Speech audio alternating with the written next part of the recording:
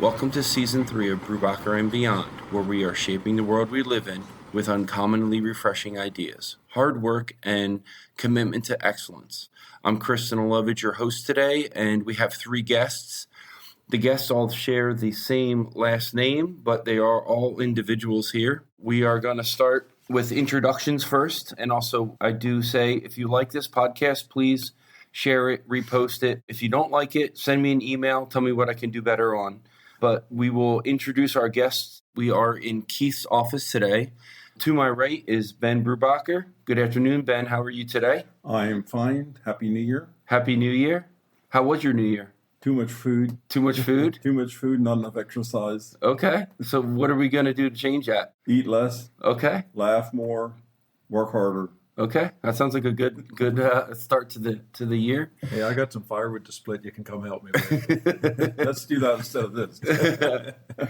Well, appreciate you being here. Thank you for taking time out today and talking with us. Right across from me, Clark Brubacher. Good afternoon, Clark. Yeah, good afternoon, Chris. Thanks for having us on. How was your New Year? It was wonderful. It was really good. I was contemplating jumping in the ocean with Zoe, but then I decided not to. It was a little too cold, so it was great. And to my left is Keith Brubacher. Hey, Chris. Hey, thanks for having us. Appreciate your leadership in the podcast and launching Season 3 here. So just a quick recap on why there's so many Brubachers here. We're all related, as you might have guessed. My father, Ben, founded the company in 1971, so he's here with us. I lead the company today as president, and my son, Clark, whom you just heard from, is here with us. So this is a first ever 3-generation Brubacher podcast recording, may be the one and only, so listen closely. Who knows what you'll hear and learn.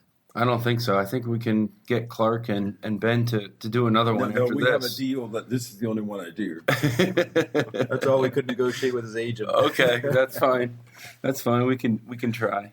But hey, we want to start in the beginning here, and Ben will give you the floor here for a little bit. I've heard the story a couple times, but if you don't mind telling our audience, how was Brubacher started? First of all, I was born and raised in a very conservative Mennonite farming family, and I always hated school, loved hard work, loved farm work, loved the smell of dirt. I loved the smell of brown dirt and green money.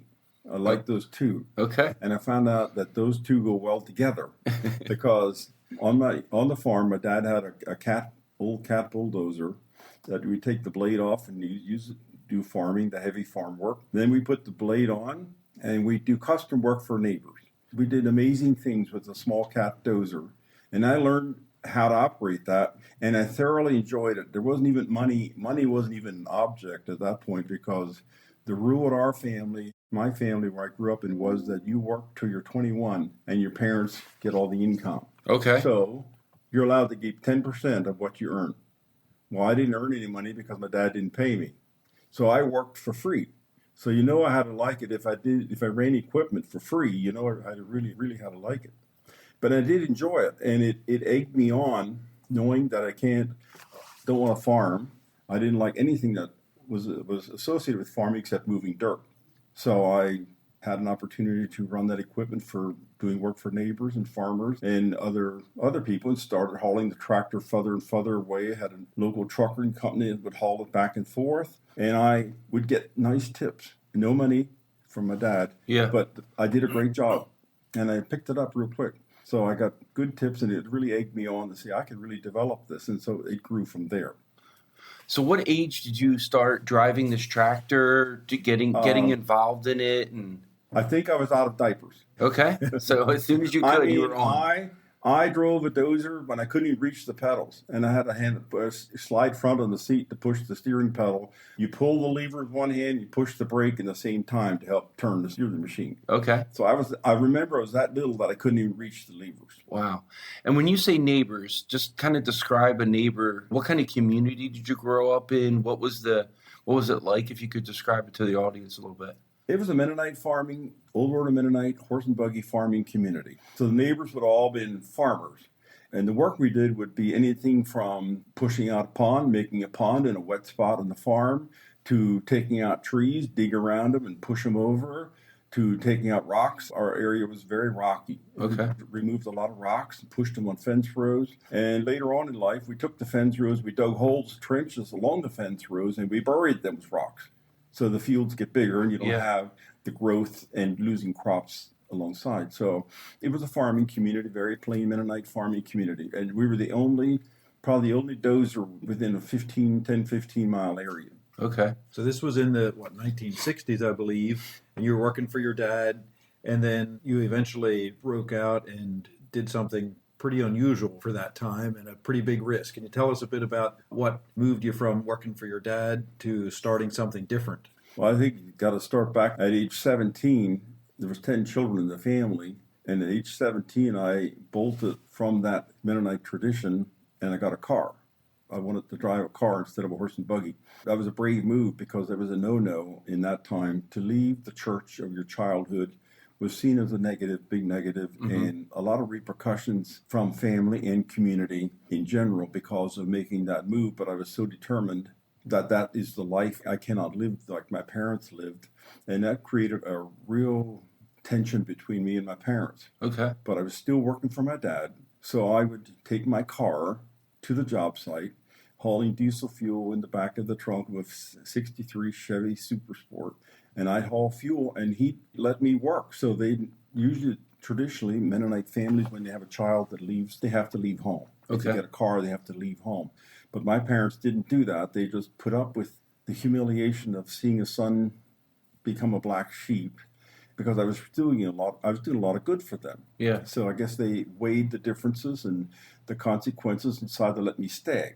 Okay. And I stayed. I kept working for my dad. He did not ride with me for many years, but later on in life, he did ride with me. Wow. In the car or the pickup truck later. Pickup trucks, yeah. And our relationship always took a lot of massaging. Okay. And when you say your dad, what was your dad's background, his name? Can you describe him a little bit? My dad's name was Jesse. Okay. And he was actually born in Petoskey, Michigan, and he moved here as a young boy to find a wife. From Michigan. And the men came from the Michigan community. Okay. And moved here to work as a hired man on a farm and to find a wife in this community here. And he did find my mother. Okay. In the same area. So as soon as he got married, he started farming. So all he ever did was in Michigan was they had a maple syrup operation, and they had a small farm. Not big scale farm, but farming was always in his blood. It's the only thing he ever knew. Okay. Very much a hard work ethic and very dedicated to. My picture of my grandfather was very much, it's about work and no need to celebrate anything. The celebration was you worked hard and you got a new dozer and then you smiled. Yeah, and if you come to the Brubacher main office, when you walk into our hallway on the left-hand side, that's a picture of Jesse. And what year was that? Oh, I'm not sure what year that was. Okay, the 70s? 50s, 60s, probably 1960s. Okay. There, a rare picture of him operating a track loader. Yeah, so if you ever do get to come and visit us at Brubacher, you can come down the hallway and kind of see the family history. It's pretty amazing. It's a pretty amazing story, and I appreciate it. So that's what got you started in the excavation world, was the dozer. And then what was your next big purchase? Well, my dad's next purchase was a front end loader because he liked to run the dozer too. Okay. So it always became a little contest. Who's going to go do the next job, him or me? So then he realized that we needed a loader, something where we can bucket dirt out of basements and just to do a totally different line of work. So he bought a used loader, and I ran that loader. I operated that loader. Okay. For a number of years, I ran that machine. And that loader was on tracks, or was it like a wheel loader, or what? It was a track loader. It was actually, he bought it brand new, a Cat 933, which is the worst purchase that my dad ever made as far as a piece of new equipment. It was underpowered. It just not practical for what we wanted to do. We did not have that long until he bought a Cat 955H, a used one, which was twice that size and had power shift instead of direct shift. It was a huge step from there. So a little bit of hard knocks, figuring it out, purchasing equipment, not knowing, and thought he wanted a loader, but didn't want to spend a lot. Mm-hmm. But didn't want to buy a piece of junk, and so he buckled down, bought a brand new one. But it was not. Nobody was happy with it. Yeah. Okay. So Clark, what do you remember from these stories growing up and your great-grandfather, Jesse. Yeah, I don't think I ever had the privilege of meeting Jesse. No, he would have passed away in '95, I believe it was, if I recall, before you Yeah, came that was along. BC before Clark. So, BC. I mean, from what I've heard, it sounds like your typical Brubacher. Worked hard, wanted to see results, didn't celebrate, just kept going. Yeah. And then growing up, all the stories, it was just what it was work. We push dirt, and we have a lot of fun doing it. Yeah. And that's really what it's been about. Okay. So then what was the next step? Well, the next step was I took 2 years. I got to the draft age, and as a Mennonite boy, we're not allowed to or don't participate in going into the military or anything. So an alternative form of service was called a 1W classification. It's where you go civilian work, do civilian work in a hospital or a home or some place like that for 2 years. Okay. As an alternative to go in the military. So military was out, and I was at the draft age, so I ended up in Portland, Maine, working for 2 years as an electrician assistant. I started as an electrician. He was a farm boy with 8 grades education, and he hated every bit of it. And I ended up working in the electrical department in Maine Medical Center as an apprentice, just a helper. But by the time I left, I was changing breaker panels and 220 and doing anything the other guys did. Okay. I never had any. Only got shocked one time. Hopefully it wasn't with too hot. It was 220. We're glad you're here today. Yeah. Wow. It was 220. But that was the next step. And so that took 2 years, took a hiatus from excavating for 2 years as far as with my dad. But I did work part-time. In Portland, Maine, I was working for a demolition contractor. I couldn't get the dirt underneath my fingers, so in my spare time, I'd work for a demolition contractor and in the wintertime plow snow and did stuff. But so then came home from that. And by that time, my dad had hired a couple people and he had a couple of Mennonite boys working for him. He's had about 2 or 3 more machines. And that is when I stepped in and decided that, we need a backhoe. But because of my dad's religion, he's not allowed to have licensed trucks or backhoes. So I went and bought a brand new John Deere 310 backhoe for $17,000. And I had not a penny to put into it. And because we needed the backhoe for water lines, septic tanks, and things are all pretty much still farm-related work. Yeah. But we did start working with a couple home builders and do some things. But that's the next step is I started getting machines that he was not wanting to get or was not allowed to get. I would start adding a truck, move equipment around, a little dump truck. And I just was still working for him, running equipment, running front-end loaders, started hiring my own people, and still working for him. And that went on for, I'd say 4 or 5, maybe 4 years or something like that, where I realized that my business has grown that much. I need to be 100% devoted to that. Okay. And my dad was still operating his business. Mm-hmm. And then the next step was I bought his equipment from him, and he actually came to work for me. His employees, which are still here. Yeah. Two of them are still here, both over 45 years, worked for 3 generations. So I bought his equipment from him and hired those guys that he had, which are now at retirement age and have spent their entire career here. Wow. So what was the first Brubacher project that you can remember being on your own or doing your own?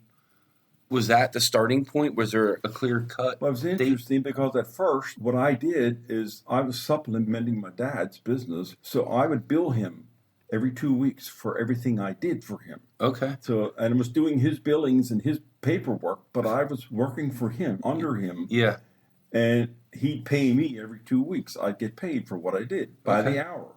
Trucks, backhoes, everything was by the hour. And it got to the point where it was imperative that I do the estimating and I have my own business. Yeah. And not just because I couldn't lose any money. As long as I charged the right amount per hour, I wasn't losing any money. Yeah. He was the one that was at risk. If a customer didn't pay, he was at risk. But I was the one that had to go collect it anyway. So we worked, I'm real tight hand in glove.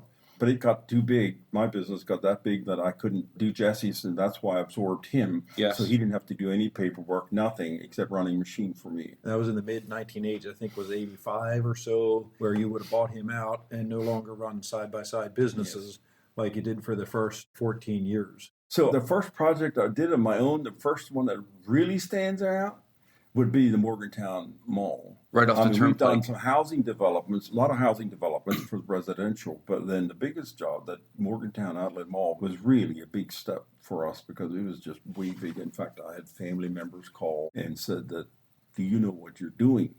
That is way too big. You can't know how to do this job. How do you know how to bid a job? And then my one brother called one day and said, well, no, it's on a Sunday afternoon. He said, I hear you have trouble in that job. And I said, I do. He said, how bad is it? I said, oh, it's not bad at all. It's just that I needed a bigger truck to go to the bank with the money. Because we did very well. It was a stretch, huge stretch. And we did very well on that job. That's great.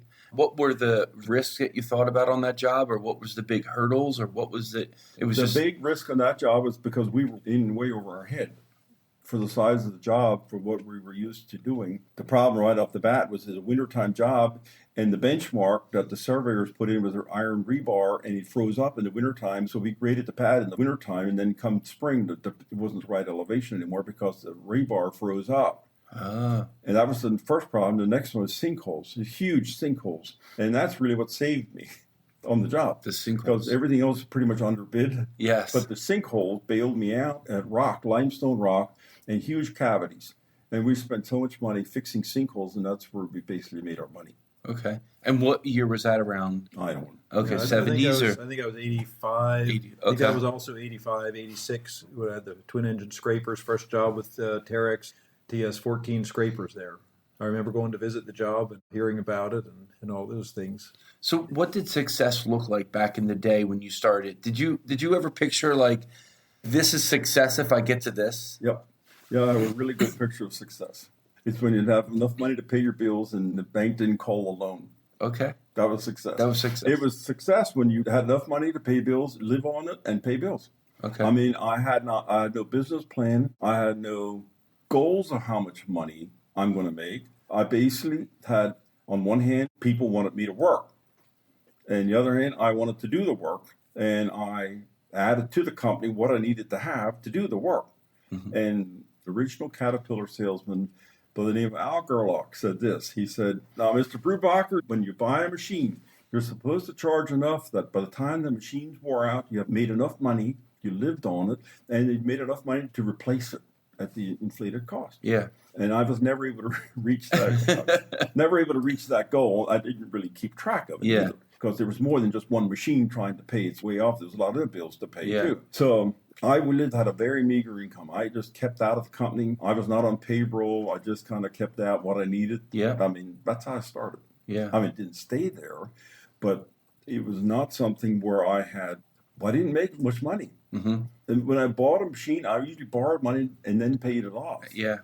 It's Which not a lot like of I people- worked off reserves. Yeah. There were no reserves. Okay. What drove you, or did you just enjoy the work, and was it enjoyment, the accomplishment, or there's a lot of things in the construction industry that people enjoy, seeing it finished? First of all, I think there's a sense of satisfaction. I use that to tell people today that are looking at careers.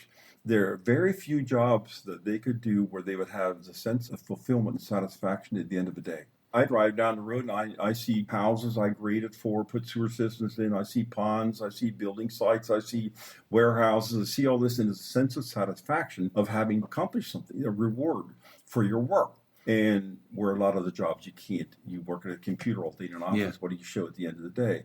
So that was the one thing. We talked about my dad, Jesse. He was not afraid of hard work. Work was not a curse. We never saw work as a curse trying to get out of work. We just dove into it head first, getting good at what we're doing and working hard and finding better ways to do it and faster ways to do it and have a nice job at the end. It was a driving force. It's the sense of satisfaction of a job well done and a customer who says, you did a great job, here's a tip. Yeah. Or in the Mennonite community, if you do a good job, by Sunday in church, everybody will know you did a good job. Yeah. If you do a bad job and you stuck it to somebody, by Sunday, everybody in the church will know it. So you build a good reputation, the word spreads like wildfire. So that was my growth plan. My growth plan was not by plan. The growth was necessity is the mother of invention. Mm-hmm. And so I had a need, and I went and meet the need. I bought the machine. Yeah. Well, I had to have an operator. So I hired another operator. And that's how we went. We were short on machines, we'd buy machines. Then we were short on operators. Then we hired operators. So we kept seesawing back and forth. There's never no nice level playing field. We're going to buy machines and hire people in this nice playing method. No, it was all shooting from the hip and then looking how to fix it, how to prevent it from creating more damage. Yeah. Well, I think there's something there you mentioned about work. Certainly there can be such a thing as too much work and overwork, but I think there's something to that worldview that permeates throughout the organization and certainly among us here in this room today, that work is part of expressing what God instilled in us. And we're created with purpose to contribute. And it's not the result of some terrible thing. Work got harder, for sure, as a result of the fall we read about in Genesis. But work is not a curse. It just got harder and more challenging in a fallen world. And that there is something that is beneficial to that satisfaction, that work, and doing something that we know contributes to the benefit of people and society and organizations that we're a part of and are around us. Well, that Chris didn't ask the question, what's the consequences of working so hard all the time? Because that has taken its toll in my life. That certainly has taken its toll. Work is a beautiful thing, but any good thing overdone is not good. And so when you just focus on work and that you're consumed by work and motivated by the success and the goodwill it builds, knowing you did something very constructive for society, we're not ruining people's lives, we're building people's lives, we're shaping the earth we live in, we're leaving a footprint everywhere we go. Yeah. It's a beautiful thing, but that overwork and not having a balance in your life cost me dearly later on in life because not cultivating other aspects of my life, not spending enough quality time in the family stuff, that took its toll later on in life that I wish I wouldn't have to admit. But I'm saying it's not all, that's not the solution for everything. In fact, there's balance in life is one of my favorite words is balance. We work hard, but let's also learn to play hard. I grew up working hard, but we didn't play. We didn't have fun. Yeah. The fun was work. The fun was work. Our fun was work. and more work and more fun and more work. There was nothing, but by the weekend, by Sunday, we were too tired to do anything else. Well, that's a good segment. I think maybe we could jump into, Keith, the work-life balance that we have at Brubacher. There's a lot of things, and I had this discussion with my children, I would say this weekend too, when we were down the shore, is I'm a recovering workaholic. I would go in at 5 o'clock in the morning and come home at 9 o'clock at night. And like you said, it's not healthy. I'd say there was 10 or 12 years of my life that were like that. So I would say there's a great work balance at Brubacher here. I mean, we have wellness coaches, we have Chaplain Larry, there's resources here, but definitely it's one of those things that needs to be balanced out. I think one of the things that's really important for us is that we help provide the resources for our team members to be successful in all areas of life. Certainly, we want them to be able to pay their bills, to earn a good living, to have meaning in doing that, to be doing productive things. But there's so much more to life beyond that. And if we can provide resources for those that wish to avail themselves to those resources, whether it's through health and wellness, chaplaincy program in the workplace, to help people along through either joys or challenges they're facing in various aspects of life, financial coaching through the Dave Ramsey Smart Dollar, and many other things that come around so that we can provide the resource for those that would like help in success in those areas. Some people have a great network and a strong amount of resources outside to do that. Others might be the first time they're being introduced to that. And if we can provide that bridge in the workplace, I think it's important. I see the work-life balance thing a little bit that it's not something we achieve perfectly, that it's always 50-50 or this ratio, but that it's more of our responsibility to provide understanding when things need to be attended to. Mm-hmm. If we have someone's spouse calls and says, hey, little Johnny just fell off the swing set and broke his arm, and we're not sure what's happened to his neck, I'm headed to the ER, can you meet me there? I don't want anybody to think about work-life balance because work's not going to be on the radar screen. They're going to say, see you guys, Mr. Right-Hand person on my job site, site assistant, I got to leave. You're going to have to handle everything. They're going to call their project manager. They're going to leave. Yeah. They're not thinking about any balance. It's all what happened at home. Well, see, the quandary I was in when I said success was making enough money to pay the bills, I didn't have enough of reserve. I had this quandary of wanting to treat the employees well and have time off and vacations and holidays, but I couldn't afford it. I had to have them working, and so I wanted to have them to have family time and stuff, but on the other hand, it crimped my lifestyle on the job site, and we didn't have enough people to go around, and that's one of the big difference I see today in the company where we're at today is the efforts and costs that are incurred to give them a good life at home. And to balance that out is huge. It's a huge difference from what it used to be. Yeah. And I think the whole work society is different. It is not just work, work, work. I think people are a lot more focused on balancing things out. And Brubacher's is doing a much better job today in providing that balance than what I did. I meant well, but I couldn't back it up with money because it was working on a shoestring. Yeah. And then sometimes, to be real, it goes the other way where there's rain on the way, something went different than planned, and people need to stay late to wrap something up so that you don't lose your work product. You can't just leave with a hole in the middle of the road. And so there are other times where then it goes the other way, and there's evening plans that get shifted because something that went wrong or went differently than planned took longer on the site. So it goes both ways. That's why I kind of contest this idea of this balance, that it's always an imbalance. No, there's times it's going to be one way or the other. We need to make sure if it's always one way or not the other, there's going to be a problem. Yeah. Either personally or otherwise. Curious, Clark, on your thoughts about this as a rising generation, what you and folks your age are thinking about this subject. Yeah, to add on that, I've heard it said by my dad, Keith, but to accomplish something, you have to have, there's two variables. You got to have the means and you got to have the money. If you have the means but you don't have the money, you aren't going to be able to make it work. And it seems like that was the case with Ben. And then now we have the means to do it and the money. So, yeah, that's something that's stuck with me and that I've been told. And then, yeah, the whole work-life balance, I think it's a responsibility. It's whatever you make your priorities. If your priority is to spend time with your family, you're going to make it happen. If your priority is just to work as hard as you can and that's all you care about, that's what you're going to do. So you really just got your priorities straight because you're going to fit in what you want. For sure. Those choices have impact. In my life, I look forward to Mondays. I didn't like weekends because we couldn't work. And I look forward to Mondays where other people look forward to Fridays. Employees look forward to Fridays and I look forward to Mondays.